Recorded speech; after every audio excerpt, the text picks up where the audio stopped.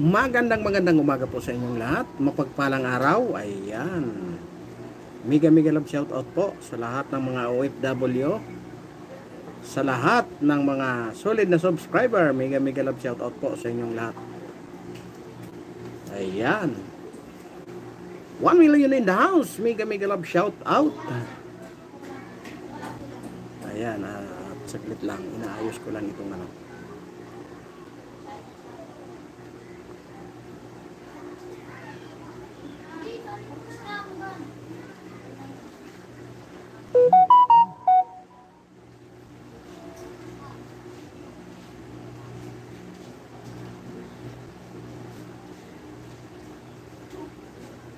Mega love shout out din po kay Mami Mercy Calunod.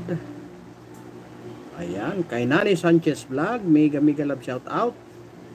Kay Master Paul Donisa Official, ayan, mega love shout out po. Kay Chi Chang Walk, mega love shout out. Siyempre sa lahat ng ating mga solid na subscriber, Luzon, Visayas at Mindanao, mega love shout out po sa inyong lahat. Magandang umaga po at sana nasa mabuti kayong kalagayan. Ayan. At siyempre si Ma'am Rosalina, mega love shout out po kay Ma'am Rosalina. Ayan. At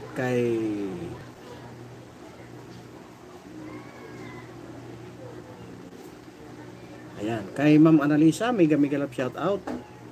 At sa lahat ng solid na ating subscriber, mega love shout out po sa inyong lahat. Mapagpalang umaga po at mapagpalang gabi.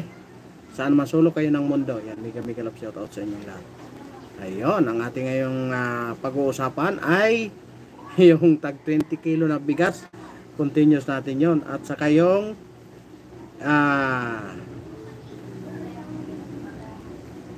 update natin sa dahig. Kagabi hindi po tayo pinalad makapag-live. Gawa ng alas 12 na po tayo nakauwi. Kaya babawi tayo ngayong araw na ito. Ayan, mega love shout out po sa inyong lahat. Mapagpalang umaga. Siyempre, bago tayo magsimula, mag-comment po kayo sa gustong magpa-shout out. At sana po huwag natin kalimutan mag-like. No? Huwag natin kalimutan mag-like. Ayan, ang ganda ng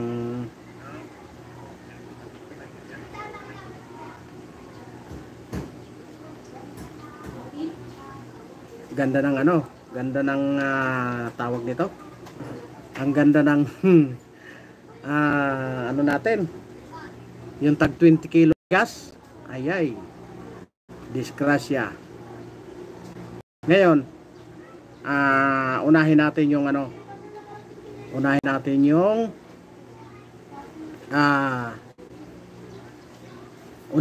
yung update sa dahig. Ayan, yan po ang unang i-update natin. Ngayon po ay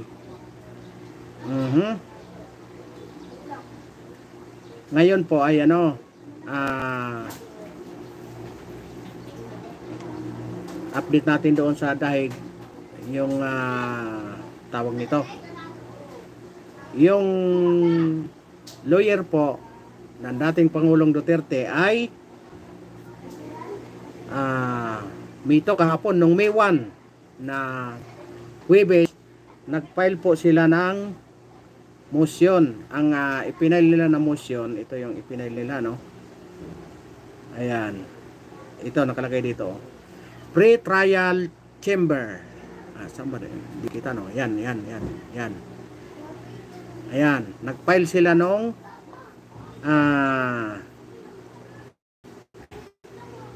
May 1 Huwebes. Ito yung nakalagay sa kanilang pinail. The defense request the pre-trial chamber find that there is no legal basis for continuing of the proceedings against Mr.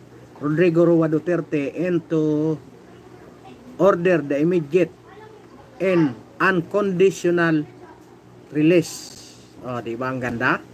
Unconditional. Kasi nga, nakikita nila yung pinaggagawa ng pinaggagawa na kabulastugan ng mga, ay nako, nasa atin pa naman, nasa gobyerno pa naman, ano. Tapos sa bagay, talagang ano yon, strategy nila yon. Kasi nga ang purpose doon ay mawala talaga sa pangangampanya ang dating Pangulong Duterte. Kasi na nga, napakalakas ng hatak niya sa tao. Kaya sabi nila, by hook or by crook, dadalhin namin yan, ano? No, di ba? Oh. Ayon nga dito sa Bilyonaryo, ano? Sa Bilyonaryo channel. Alam ko ABS-CBN din ito, eh. Sabi niya, Duterte lawyers challenge ICC jurisdiction. Di ba? Sabi niya, oh. Sabi niya, in a 38 page filing submitted on May 1, the legal team of former President Rodrigo Duterte, Nicholas Kaufman, and Prof. Dr. Dov Jacobs called on the International Criminal Court to drop the case against him, arguing that the court lacks of jurisdiction. Diba? Sila mismo kasi pinag-aralan na ito. Kaya nga napakalaking bagay. Sinabi nga ni ng kanilang lead counsel na si Attorney Kaufman na yung pag-imbestiga sa Senado, malaking bagay yon, malaking bagay na makatulong sa pagpresenta ng ebidensya na lumalabas. Ibig sabihin, hindi na kailangan pang busisiin ng maayos. Kumbaga, ano na lang, idadagdag na lang doon sa ebidensya nila na talagang ang dating Pangulong Duterte ay pwersahan din nila dyan sa dahig. Kaya nga, sabi ni Attorney Kaufman, napakalaking bagay yung investigasyon sa Senado. Makikita nyo yan. No? Natuwa nga ako kasi nga, alam nyo, kahapon, nag-file na si Senadora Amy Marcos sa Ombudsman. Diba? Dapat iyon ang topic ko ngayon. Nag-file na ng kaso sa Ombudsman si Senadora Amy Marcos doon sa nabanggit niyang mga pangalan. No? Kaya nga siguro sa lalong madaling panahon pag na lagyan ng pag na anuhan niya na probable cause ng Ombudsman, tapos itong mga alipores ni ni Tambe. Di ba? Kaya nga sabi niya, the liberty of individual is at stake. The defense wrote criticizing the current ICC prosecutor for the fighting tooth and nail to perpetuate or defend an erroneous decision taken by the predecessor. They also pointed out that neither the current nor former prosecutor had consulted their special advisor on key issues. Di ba? The defense reiterated that the precondition under Article 12 of the Rome Statute were not met when the ICC authorized its investigation in 2021 as the Philippines was no longer as a state party at that time. Diba? Kaya nga palpak eh. Kasi nga umpisa pa lang palpak na, ay pag ang proseso kasi pinilit mo sa palpak sa maling paraan, hanggang dulo mali yan eh. Mahihirapan kang maitama kasi yung pa lang eh, palpak na eh. Yung umpisa pa lang eh. Paano mo ngayon mapatunayan yan na totoo yung pinagsasabi ng mga magagaling nating dito, taga ito, taga DOJ. Mga honorable pa naman yan. Makikita mo yan doon sa makikita mo yan doon pag pasok mo sa isang opisina, makita mo doon sa lamisa, nakalagay doon honorable, tapos yung pangalan, yung pala ang doon dishonorable. Ang kalalabasan dishonorable. Ano ba yan? Ang gagaling kasi ang gagaling kasi mahirap talaga yung doon ka sa panig ng kasinungalingan. O ayan ayan tuloy. Itong bilyonaryo na ito, delikado rin ito citing to sedition. Di ba? Sabi niya pa dito, citing an exchange of letters, the defense revealed the President Ferdinand Marcos Jr. gave a written ICC in any way, shape, or form further undermining the basis for the proceeding, they argue. Tapos sasabihin na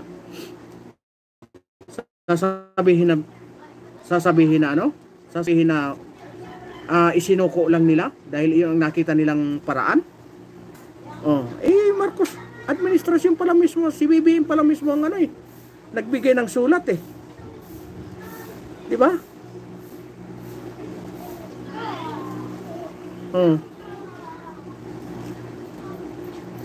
Si PBBM pa para mismo ang nagbigay ng sulat, ibig sabihin siya mismo ang nag-a-agree. Napakaano naman noon, di ba? Tapos sabi pa dito, calling all legal steps taken in the case null and void. The defense demanded Duterte's immediate and unconditional release. He remains in detention at The Hague following his arrest in March. Ano na ngayon ang kalalabasan nito? Pag ito na-release doon sa ICC, tapos itong mga itong mga nandito,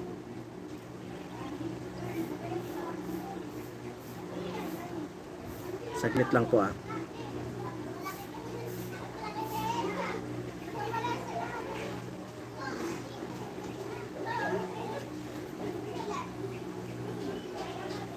di ba? Kaya nga napaka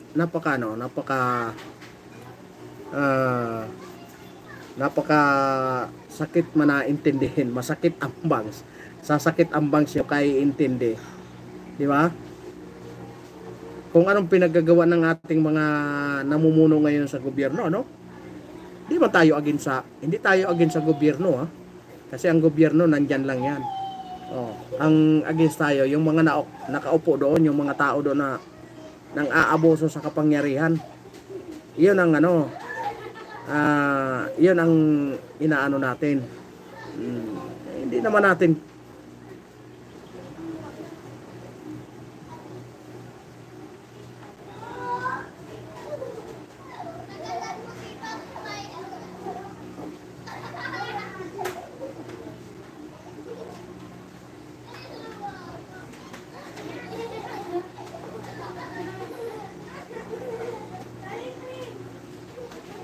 saglit lang po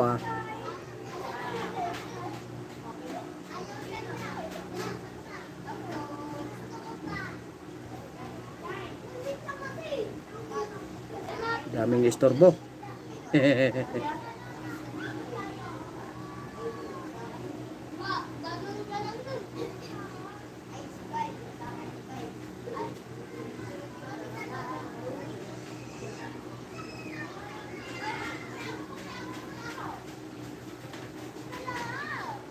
Diba? Ang kasi doon,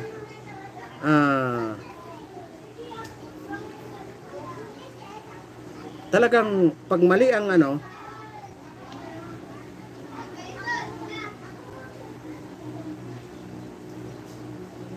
pag mali ang umpisa, mali talaga yan hanggang dulo. Kaya ngayon, nagkakandara pa sila. Ngayon, nung kaya kung mapapansin nyo, nung investigasyon sa Senado, pag nasusukol sila, titirahin na lang privilege communication. Di ba? Pag nasusukol sila, titirahin na lang ng privilege communication. eh. Wala silang mapupuntahan eh. Oh.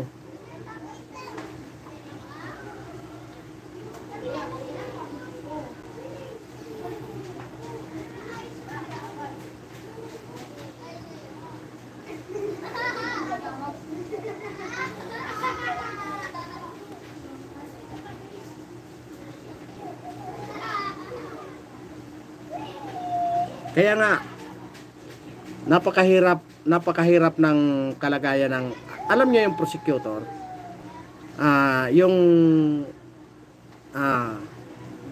prosecutor ng ano, yung nagdidemanda kay Pangulong Duterte, hindi naman yan nila inaano na manalo. Hindi naman nila ano yun manalo. Alam niyo kung bakit? Ang mahalaga, maalis pansamantala dito si dating Pangulong Duterte sa Pilipinas. Alam niyo kung bakit? Napakalaki ng impluwensya niya sa ating mga kababayan. Lalong-lalo na pag siya na mismo nagsasalita. Ang problema, doon sila nagkamali. Doon sila nagkamali ng pag dahil lalong nagalit sa kanila yung tao.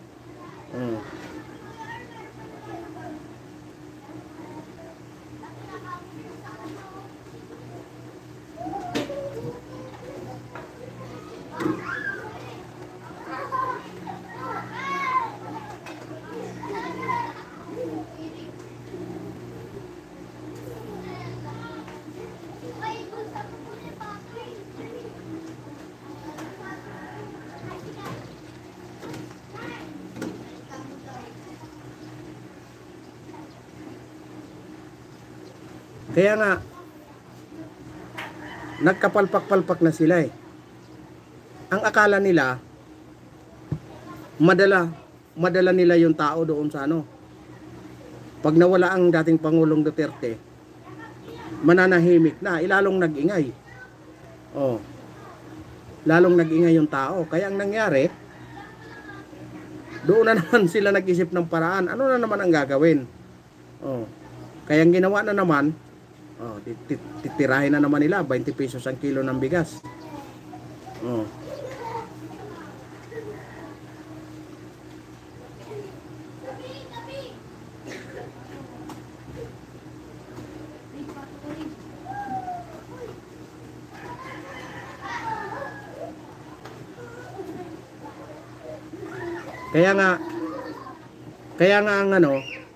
Kaya nga ang nangyari, nagkapalpak-palpak sila lahat. Tingnan nyo ito.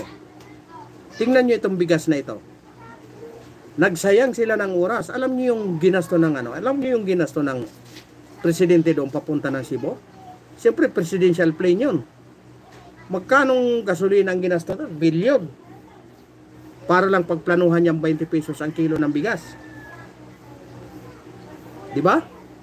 Milyon ang ginasto doon. Tapos, pagpulong doon, hindi po pwedeng hindi gagasto yon. Yung pag pulong-pulong nila doon, ng mga gobernador, hindi po pwedeng hindi gagasto yun. Hindi po pwedeng hindi kakain mga yun. 200,000 yun. Baka mamaya, milyon na naman para, siyempre, may additional sa susunod. May pundo. Di ba? Tapos, ilalounce nila. Tapos, kinabukasan, ika-cancel na hindi po pwede. Di ba? Puro palpak ang plano. Ngayon, ang ginagawa naman nila, pinapaingay na naman nila na lulusobin ang bahay ng dating Pangulong Duterte sa Davao. Ano na naman ang pakulo? Yung mga diversionary tactic, nag-iisip sila ng paraan kung paano mailigaw yung mga nangyayari sa atin na kahirapan sa ating bayan. Nililigaw tayo eh. Sa panliligaw sa atin, lalong nagkakabaon-baon tayo sa kasi nga, hindi naman po pwedeng hindi gagasto yan dyan. Di ba? Yung pagdala lang ng mga pulis doon sa Davao, anong gagawin yan dyan? Di ba? Hindi naman po pwedeng hindi mo budgetan yung papunta doon. Kasi yung sinakyan ng aeroplano, siyempre gagasto ng gasolina yon. Milyon na naman. Kaya nga nagkanda palpak na. Ay nako. Ito na nga ito yung ano no. Ito yung basahin lang muna natin itong inano ng ano na ito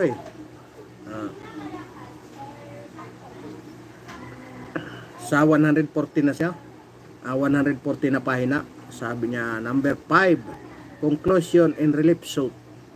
The liberty of the individual is at stake and represent. Prosecutor should not be fighting tooth and nail to prepare and defend the erroneous. Ito na pala yun. Tapos na pala natin nabasa ito. Diba? As a consequences, all proceeding step taking in the situation and subsequently in the case against Mr. Rodrigo Duterte lack legal fundamental foundation and should be nullified forthwith. Diba? Forthwith. Ay, maraming salamat sa nagtamsak siyempre, huwag nyo na rin kalimutan ang pag-share. Ayan, maraming salamat sa inyong lahat. Yun nga, doon na tayo sa sa tag 20 kilos ang bigas. No?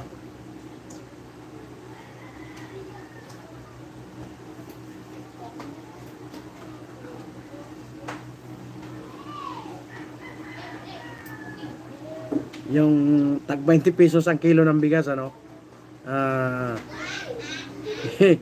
yun nga, sa kalokohan nga nila na maano yung tag 20 pesos ang kilo ng bigas. Ayan, nagkanda litse nagkanda palpak na.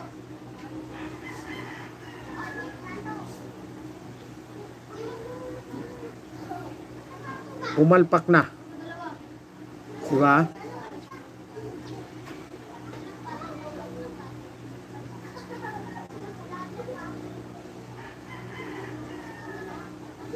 Ano itong na ito?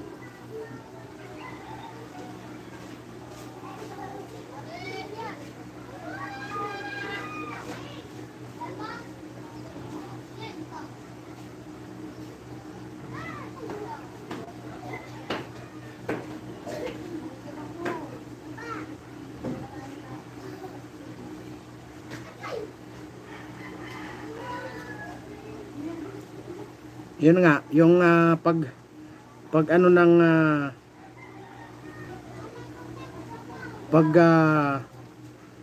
nila ng bigas, doon sila nagkanda palpak. Kasi nga hindi nila pinag-isipang maigi. Hindi nila inayos ng maigi yung nila, yung tawag nito, pagplano doon sa tag 20 pesos ang kilo ng bigas. Ngayon, ano ang nangyari? Wala. Nagkanda palpak. Kasi nga, hindi konkreto ang plano nila. Ngayon, para lang hindi lang sila masisi, gagawa sila ng gimmick. Ang gimmick nila is ng lagay ng pangalan ang Pangulo. Ang maglagay ng picture doon sa supot. 'Di ba? Kung makikita nyo sa ating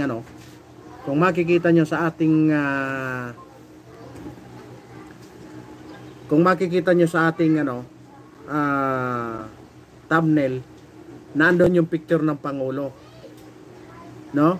Kasi nga nila na hindi kakayanin ng budget. Hindi kayang magtagal.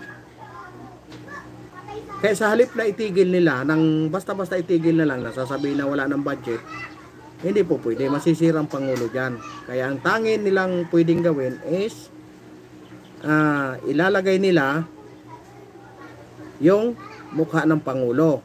Para nang sa ganon, pag nandoon na yung mukha ng Pangulo, di madadali na ng Comelec. Ipapatigil siyempre ng Comelec. Di ba? Pag pinatigil ng Comelec, may dahilan na sila. Anong dahilan nila? Hindi po pwede. Kasi nga election ban, may election tayo. Di ba? Iwas sisi. Ang sisisihin nila yung Comelec. No? Comelec ang masisisi. Kasi nga Comelec ang nagpasuspinde. Pero ang totoo, planado nila yun, plano na yun.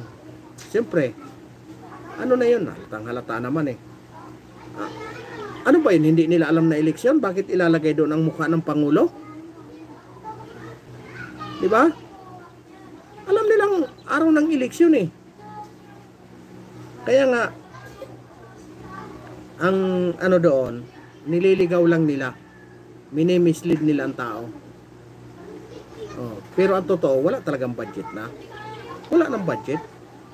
Kasi kung may budget yan, ay nako, tuloy-tuloy yon, hindi ilalagay yan. Kasi maliwanag pa rin naman ang pangangampanya yan eh. Kahit hindi nalagyan ng kahit hindi nalagyan ng picture yan ng Pangulo yung supot. O doon pa lang sa supot, magkano nang ginasto doon pagpa-imprinta? Di ba? Plastic yun.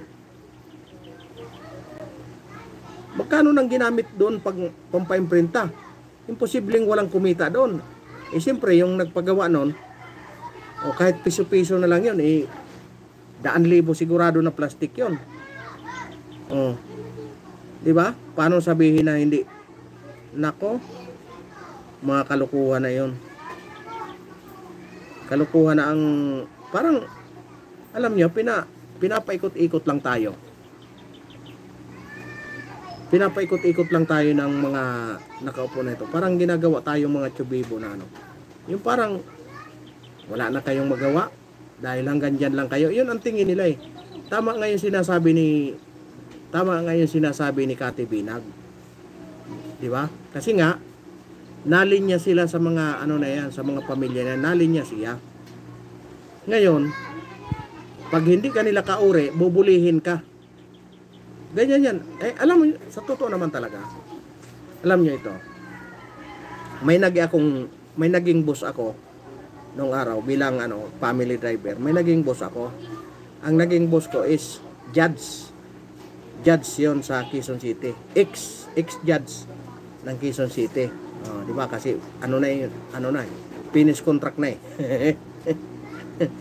Ang mga anak noon, puro nag-aaral doon sa international doon sa Santa Rosa, international school yan, doon sa Santa Rosa, doon niya sila pumapasok. Alam nyo ang nila, pag halimbawa Sabado, Linggo, pupuntayan doon sa kanilang negosyo diyan banda sa may Manila. Pag may mga dumadaan diyan na nandoon yung mga barkada niyan, mga sosyalista eh. Tapos kasi tabi ng gasolinahan, hindi ko sasabihin na kanila ha. Ngayon, doon niya sa may katabi, may opisina doon na pag may makita nila may mga chikas na yung mga nagpapagasolina, may mga sakay na chicks. Yan, yung mga girl ba, mga babae, may nakasakay doon. Alam mo ang gagawin niyan? Uutosan niyan yung isang nila, may mga utos-utosan niyan sila eh. Brad, tingnan mo 'yun Tingnan mo yung na yan. Pag nagte-trip na sila, tingnan niyo yung nagpapagas Maganda yung kanyang sabit. Sabit ang tawag nila eh. Tapos ang gagawin niyan, puntahan mo. Pupuntahan niya nila, minsan pupuntahan niyan 3. Kunwari, paikot-ikot yan doon sa ano. Tapos ang gagawin nila, bubulihin nila. Bubulihin nila yon. Tapos yung mga, ano nila, yung mga, ano kasi siguro, ang ano nila doon, mas mayaman yung iba, kaya uutusan, may mga utusan sila. Tapos ang gagawin naman ng ano, palakpakan sila. Palakpakan sila. Tuwan-tuwa sila pag yung ano, yung naaasar yung ano, naaasar yung kasama ng babae, yung girl ano. Naaasar sila. Ganyan ang sinasabi ni Kati Binag na pag hindi ka kauri, bubulihin ka nila. Ganyan ang ano, ganyan ang kanilang style parate na ginagawa. Kasi nga ang ano doon, hindi ka nila kauri. 'Di ba? Kaya nga tingnan mo ang ginagawa sa atin. Oh, patikimin lang tayo tapos biglang ititigil. Oh. 'Di ba? Kaya nga sabi ko, oh.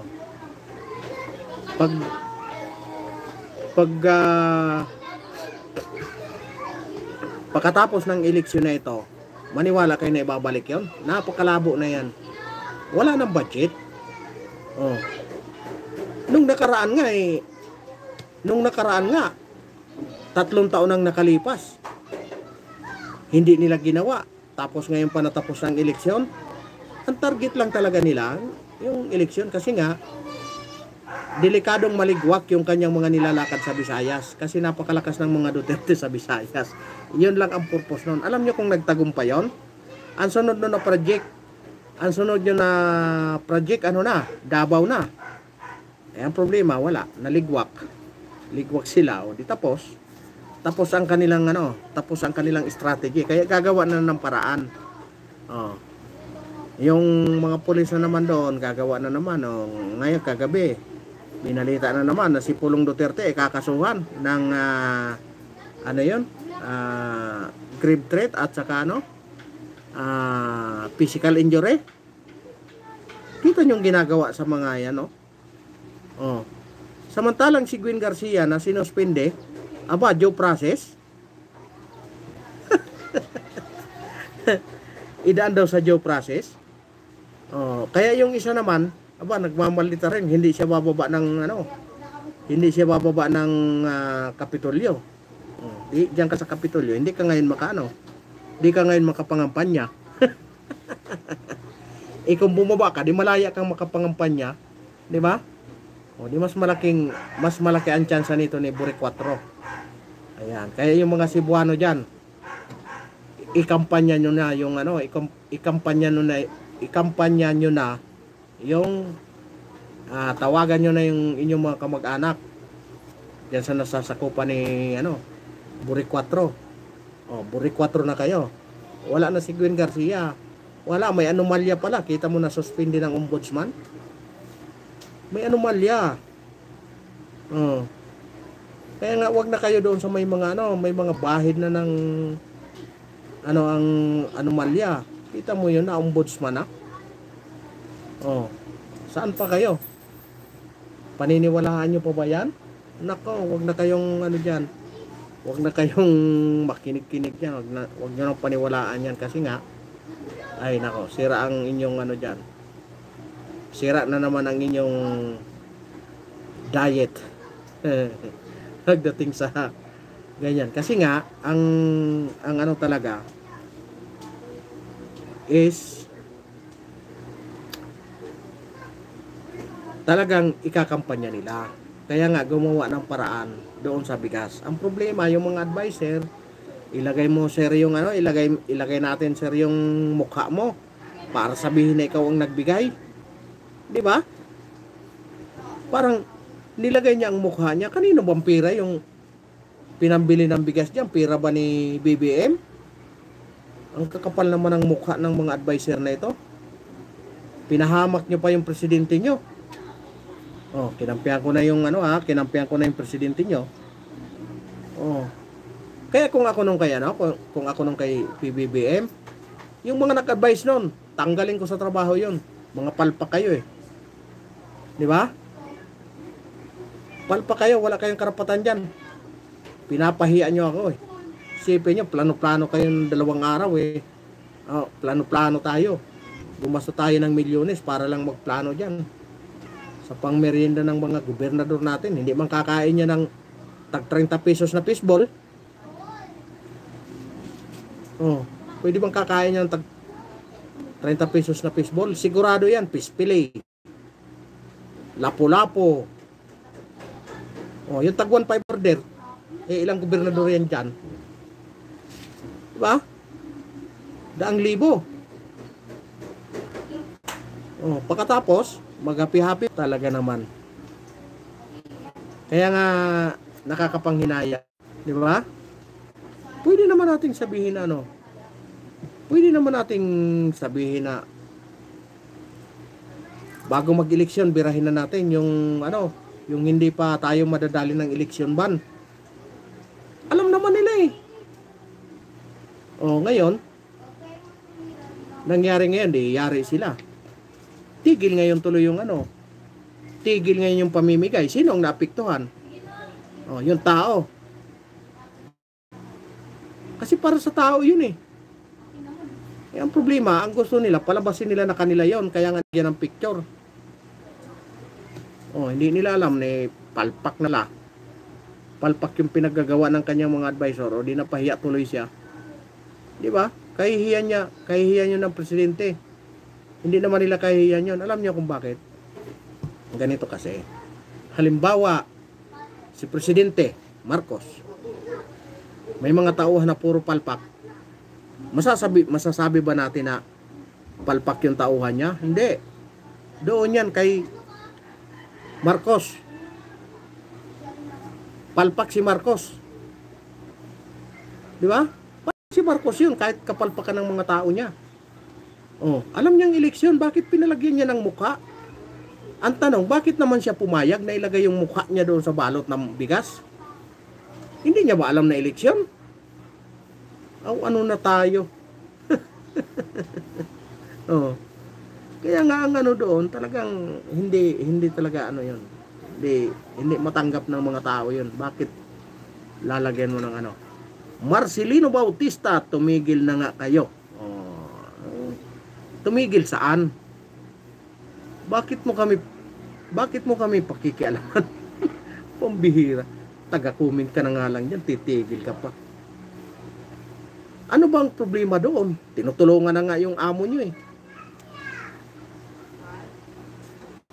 Di ba? Tinutulungan na nga yung mga advisor niya ang palpak eh. Ano bang pinagsasabi mo dyan? Talaga naman ito. Oh. Ipalpak yung mga kinuha ng amo mong tao eh. Some for self. Nice. Yan, good morning. Ayan si Marcelino nag-comment. Tumigil na nga kayo. Oh. Di ba? Oh, titigil na tayo. Ano tayo titigil? Ano yan, magpikit mata lang tayo? Hindi ka ba binabawasan ng PhilHealth mo Marcelino? Oh, wala kang trabaho. Pag wala kang trabaho, hindi ka talaga masasaktan. Ako talaga nasasaktan kasi 20 years akong binawasan ng PhilHealth tapos nanakawin lang yung pira. Matutuwa ka? Oh, pag na-hospital ka, anong gagamitin mo sa hospital? Wala ng pira.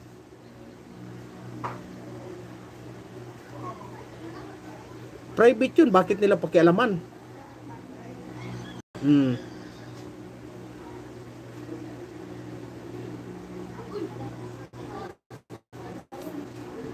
Private yung PhilHealth, wag pakialaman yun. Imbis natutuwa ako sa amo mo nag-comment ka pa dyan. Tinuturuan na nga yung amo mo. Pa-comment ka pa dyan. Pag ikaw hindi nasaktan na ninakaw yung PhilHealth, ay hindi ka nagtatrabaho. Baka umaasa ka rin sa ayuda.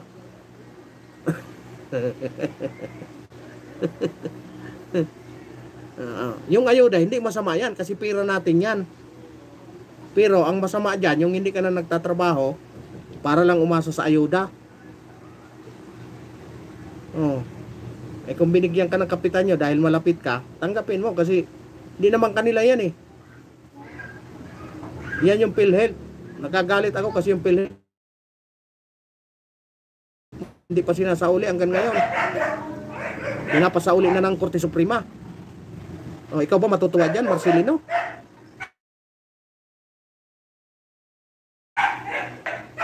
Siya ang tatay ng tatay natin. Tapos papalpak-palpak eh. Huwag kang ganyan na dayhat. Ako maka-Duterte ako pero hindi ako sa tama. Hindi ako sa mali. Hindi ko susuportahan ang mali. Pag mali. Ganyan dapat kayo mga loyalista. Pag mali, hindi yung mali na nga, kakampihan nyo pa. Pag sinabing magpa-drug test, hiling ng taong bayan yan, di magpa-drug test, ano mawawala sa kanya? Kung magpa-drug test, siya ang pinuno, siya ang dapat gayahin. Siya ang magpagaya sa atin.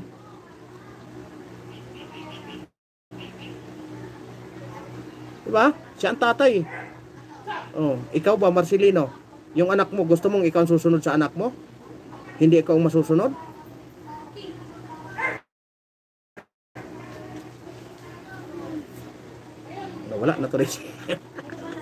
Nawala na tuloy si Marcelino. Hindi ako galit sa Marcelino ha. Yung ano lang, baga, ako sanay ako sa debate. Pagkatapos ng debate, okay na yun, tapos na yun. Yung panindigan lang ba, yung katuwiran, doon lang tayo nagkakatalo-talo.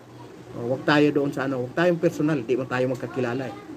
Kahit comment ka dyan ng comment ng masama, di mo tayo magkakilala. Pag pinindot kita dyan, tapos ka na.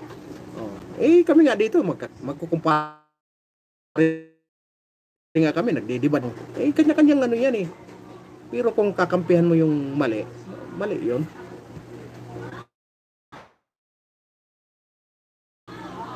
Ako maka-Duterte ako, pero pag mali. Yun ang turo niya eh. Pag mali. Huwag nating itolerate ang mali. Diba? Mali yan eh. Pag naayon sa batas, pwede yun. Diba? Kaya nga ako, sa company namin, yung sekretarya, masyadong, ikwento ko lang labas na ito dyan sa pinag-uusapan na 20 pesos ang kilo ng bigas. Yung sekretarya namin doon sa company, masyadong maka sip-sip sa kumpanya. Ngayon, ang tanong ko sa kanya, bakit kaming mga empleyado pahirapan mo? Ginagawa naman namin ang tama. Pag kinakausap namin ng amo natin, okay naman. Tapos ikaw, masyado kang, ano ba ang gusto mong palabasin? Kasi gumagawa siya ng sarili niyang, gumagawa siya ng sarili niyang batas eh. Anong gusto mo? Sabi ko, kung gusto mo, mag-resign tayo parihas sabay. Tingnan natin bukas kung sino ang may trabaho sa atin dalawa. Masyado takot-takutin mo kung tanggalin sa trabaho, di tanggalin mo. Gusto mo, mag-resign tayo. Basta ako walang pagkakasala, ay nako, palaban tayo dyan. Hindi tayo po pwedeng magtanguan lang sa amo na yan. Yung amo na yan, mga mayayaman yan. Pag litsi-litsi ang bayan natin, iyan, lilipad ang mga yan, tatakbo yan. Sinong maiwan? Tayo.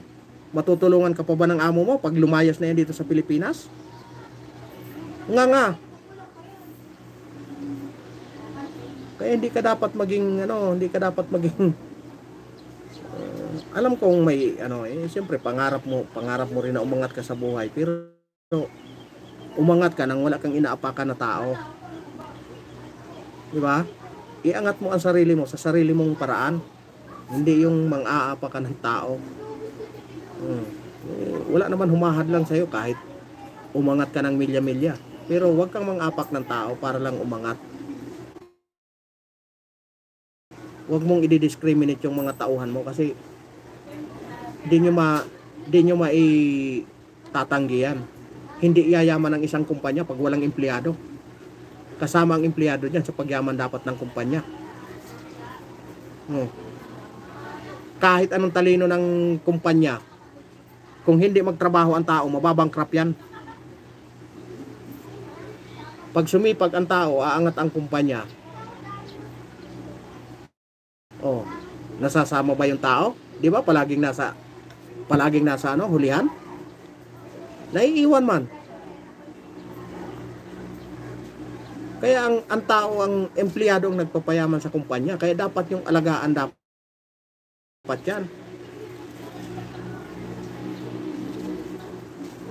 Di ba? Hindi tayo kaya nga sinasabi ko nga na puro palpak talagang tauhan ng administrasyon nito kasi sip-sip eh.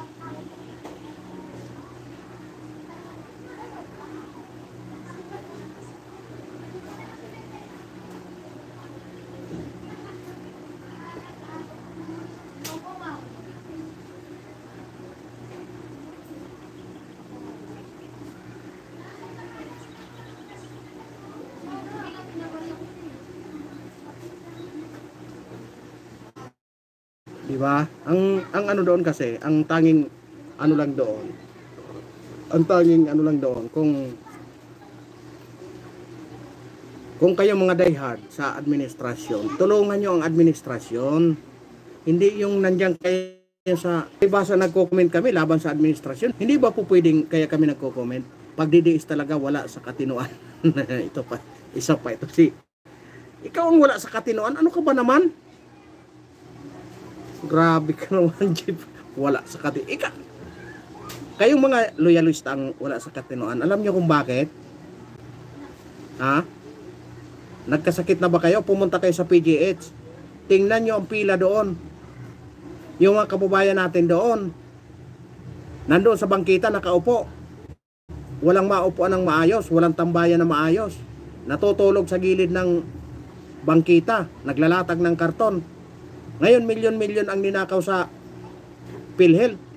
Pinapasauli ng Supreme Court. Isinauli ba? Mag-isip ka nga, Jeffrey. Sinong wala sa katinuan? Sumuporta kayo ng tama para tama ang kalalabasan ng inyong sinusuportahan. Payuhan nyo ng maigi yung sinusuportahan nyo para gawin nila ang tama. Ano ba naman kayo? Wala sa katinuan. Comment ka lang dyan eh. comment ka dyan. Wala pa sa hulog. Buti pa ang i-comment mo. Mag-email ka doon sa Malacanang na sabihin mo isauli yung PhilHealth na kinuha nila. Tapos gamitin sa ano? Gamitin ka mo doon sa ano? Yung mga walang matambayan doon sa PGH.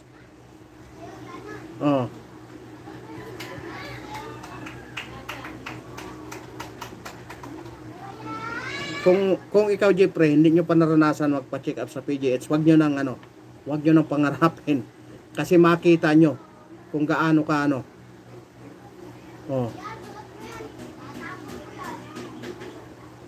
Sino bang may utos niyan? Bakit kinuha yan? O sino ba ang tatay ng Pilipinas? Di ba yung sinusuportahan nyo?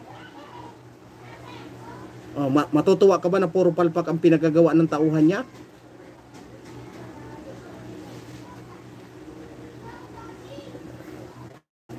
Alam nyo, ito, Jeffrey ha, at saka Marcelino, kung nakikinig man kayo, ang wala sa katinuan, yung mga tauhan ng amo nyo, yun ang wala sa katinuan.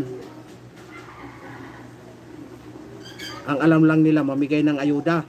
Tapos sasabihin na kanila, tingnan mo yung amo mo, oh. Namigay ng bigas sa may sibo, nandoon yung mukha. O di anong ginawa? Sinuspindi ng sinuspindi ng Kumilik. Hindi ba kapalpakan yon? Ano? Bulag ba kayo? Bulag ba kayo? Nagbubulag-bulagan na lang. Oh, gano'n na ba? Ano ba naman kayo? Maging ano naman kayo? Maging matured naman kayo. Tingnan nyo ang nangyayari sa atin. Oh. Tingnan nyo ang bilihin ngayon. Kung kayo may mga trabaho, tingnan nyo ang bilihin. Kung gaano ka mamahal.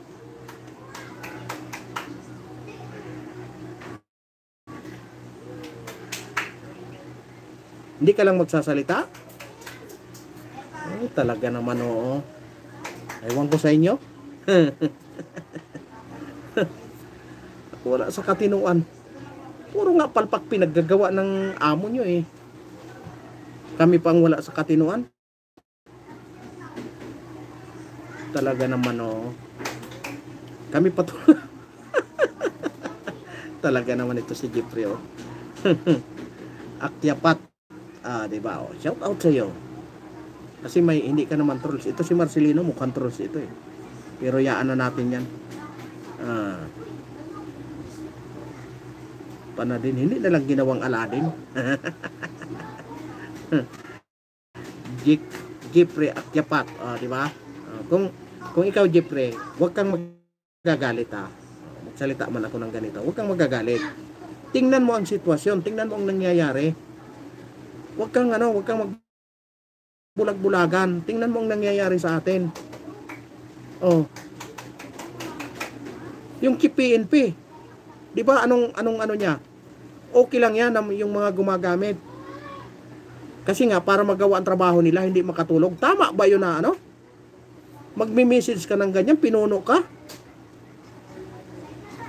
Oh.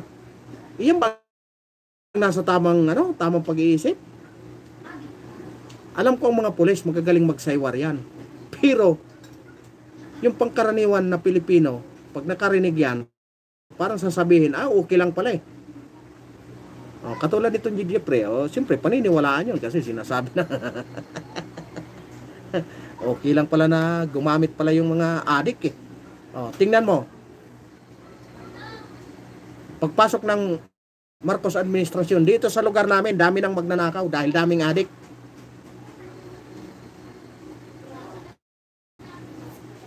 Ikaw ba matutuwa? Sige nga. Ngayon, kung hindi ka maniwala, pumunta ka dito sa amin, magbantay ka rito. Ituro ko sa iyo lahat ng adik. Hindi man kami makagalaw. Kasi hindi man kami autoridad.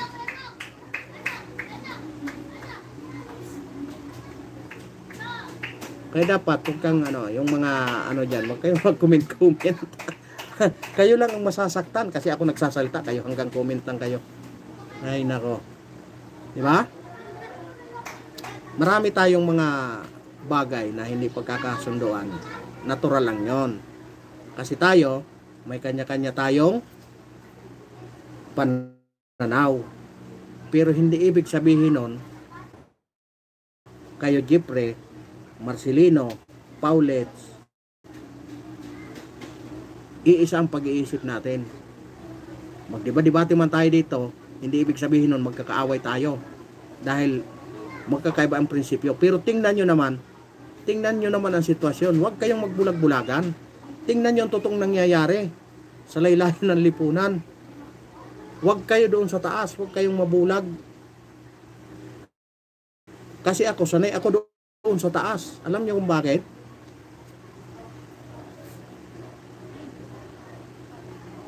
Minsan may mga hinahatid ako ng matataas ang katungkulan. Maririnig ang usapan? Maririnig mong usapan? Nako, kung maririnig mo ang usapan, Kawawa tayong mga nasa laylayan.